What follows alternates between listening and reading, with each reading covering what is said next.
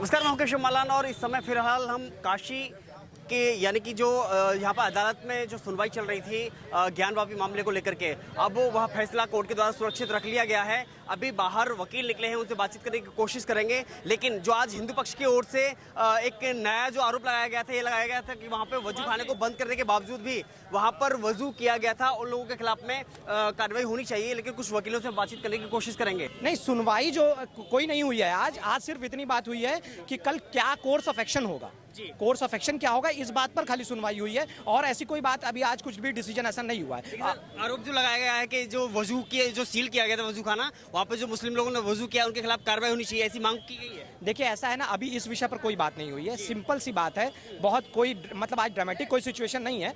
बात सिर्फ इतनी सी है कि जो कमीशन की कार्रवाई हुई है उस पर हमारा ये कहना, जो हम वादी पक्ष हैं, कि जो कमीशन की कार्रवाई हुई है उस पर वो जो है अपना आपत्ति दें। और उनका कहना है कि 7-11 मतलब पोषणीयता, मेंटेनेबिलिटी पर पहले सुनवाई हो जाए। तो माननीय न्यायालय कल इस बात को तय करेगी कि क्या होना है। देखिए, दलील जो मुस्लिम पक्षकार की ओर से दी गई है, उन्होंने कहा है कि मतलब ये एक मुस्लिमों को मतलब उनके विरोध में दिया जा रहा है, सब एक तरफा कार्रवाई। नहीं, अभी फिलहाल तो देखिए, सीधी सी बात उनका था कि 7-11 की बात वो कर रहे हैं और कोई बात नहीं है। उनका कहना है कि इसको पहले पोषणीयता पे सुन लिया जाए, उसके बाद बाकी की कार्रवाई हो। लेकिन हमारा पक्ष ये कहना है, जैसा कि जैन साहब ने भी रखा सामने बात, ये कहना है कि साहब, जो माननीय न्यायालय का पहला आदेश था, जो कमीशन की कार्रवाई हो गई थी, उसके बाद इनको आपत्ति दे दें, उसके बाद आगे काम करें। बस लगता है कि कल फैसला आ जाएगा या फिर टाला ऑर्डर माननीय न्यायालय देगी कल। माननीय न्यायालय जी सर, आज अगर सीधे शब्दों में जाना जाए, सरल भाषा में जाना जाए, तो आज कोर्ट रूम के अंदर क्या क्या हुआ?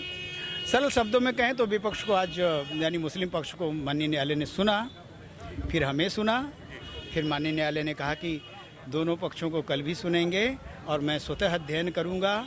और जो लोग यहाँ पे पूजा के अधिकार की बात मांगें और जो इस मुकदमे से संबंधित प्रार्थना पत्र हैं, उनको भी कल ही इंटरटेन करेंगे, विचार करेंगे। कल इस पर निर्णय देंगे।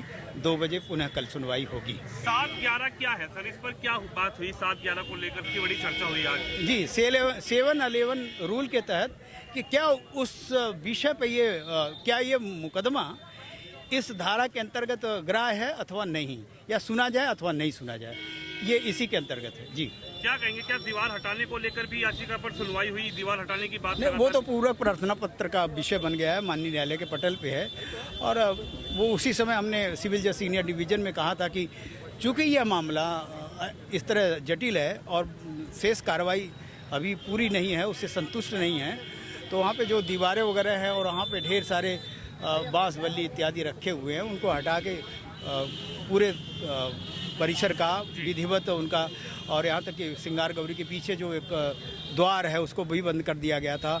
नंदी महाराज के सामने एक द्वार बंद है, रॉ मटेरियल से बंद है। तो उन सबको इकट्ठा करके वो भी उस पर माननीय न्यायालय उसको सुने, वो इस विषय पे हमें अवसर दे, पुनः शेष कार्रवाई पूर्ण हो।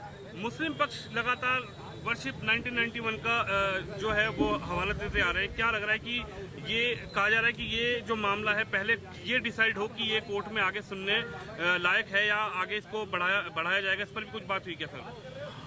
अभी तो नहीं हुई है, लेकिन ये फोकस्ड उनका इसी पे है और इसकी तैयारी हमने विधिवत कर ली है कि भविष्य में अगर ऐसी बाधाएं आती तो उसको, इसीलिए इस मुकदमे को करने से पहले हमारे वरिष्ठ साथियों ने, सारे लोगों ने काफ़ी रिसर्च किया। इतिहास, पुराण, स्मृति, संस्कृत के विद्वान, पुरातत्वविद और विधि विशेषज्ञ और राम जन्मभूमि के आए हुए जजमेंट का सबके निचोड़ इसमें डाला और फिर इस अध्ययन के बाद हमने इस पे इस प्लेन को डाला। अश्वनी उपाध्याय जी ने भी एक याचिका दायर कर दी सुप्रीम कोर्ट में। उन्होंने कहा कि ये जो मामला है 1991 एक्ट में नहीं आता है। इस पर आप क्या प्रकाश डालेंगे? उन्होंने कहा हमें सुनना चाहिए। नहीं, अश्वनी उपाध्याय जी का जो मामला है वर्शिप एक्ट पे, उन्होंने तो कई बिंदुओं पर और बड़ा समग्र रूप से इसको रखा है। वास्तविकता मेरा मानना है कि अनुच्छेद 25, 26 और 29 के दृष्टि में रखते हुए, क्योंकि 25 हमें मौलिक अधिकार प्रदान करता है और हम एक सनातनी हिंदू के होने के नाते पूजा का स्तवन, पूजन,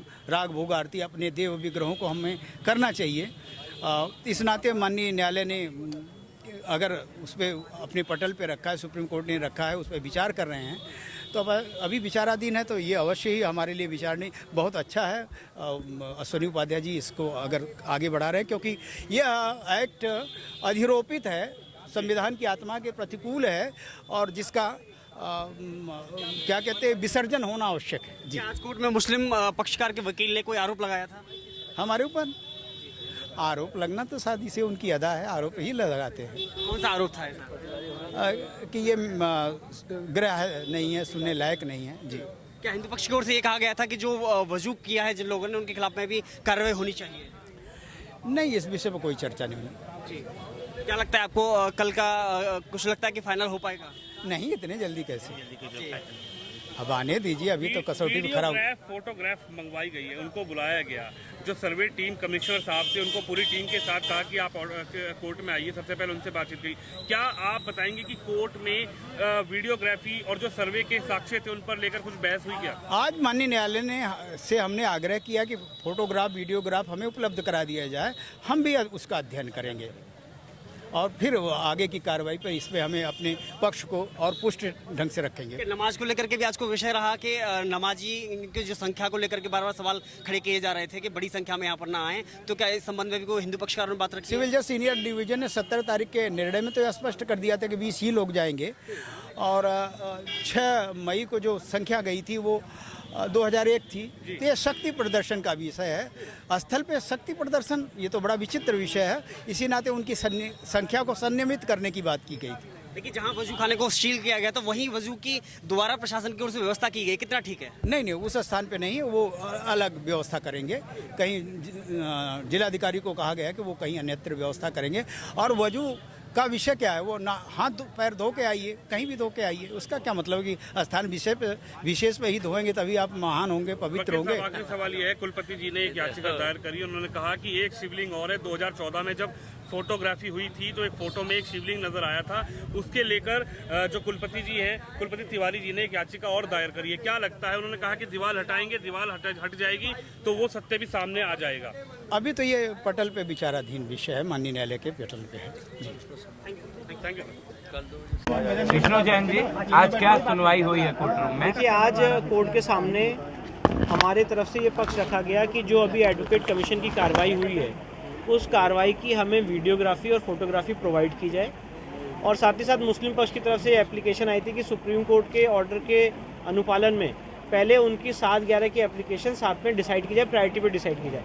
हमारा उसमें इतना ही कहना था कि जो कोर्ट के रिकॉर्ड पे समय एडवोकेट कमीशन की रिपोर्ट है, उसको भी 7/11 के समय साथ में पढ़ा जाए, क्योंकि ऑर्डर 26 रूल 10 के तहत अब वो कोर्ट के रिकॉर्ड का पार्ट बन चुका है। और क्योंकि धार्मिक स्वरूप कैसा है उस संपत्ति का, ये mix question of law and fact है, इसलिए उसको जब तक निर्धारित नहीं कर देते तब तक इनकी 7/11 निर्धारित नहीं हो सकती है, क्योंकि उनकी 7/11 का आधार है प्लेसेस ऑफ वर्शिप एक्ट से हमारा केस बार्ड है। तो प्लेसेस ऑफ वर्शिप एक्ट में जो रिलीजियस कैरेक्टर शब्द यूज है, उसको डिसाइड करने के लिए कमीशन की रिपोर्ट डिसाइड करना बहुत ज़रूरी है। इसलिए हमने कोर्ट से ये आग्रह किया कि कमीशन की रिपोर्ट की वीडियोग्राफी, फोटोग्राफी हमें प्रोवाइड की जाए, और उसके बाद अगर उनको उस पर कोई ऑब्जेक्शन है तो वो आपत्ति दाखिल करें और फिर 7/11 की एप्लीकेशन डिसाइड हो जाए। माननीय न्यायालय ने दोनों पक्षों को सुनने के बाद अपना ऑर्डर रिजर्व रखा है, और इसमें आगे क्या प्रोसीजर अपनाया जाएगा ये माननीय न्यायालय कल उसमें अपना ऑर्डर पास करेगा। अगली सुनवाई की डेट क्या होगी ये भी कल पता चलेगा। जजमेंट कल कितने बजे होगा ये कोई नहीं बता सकता।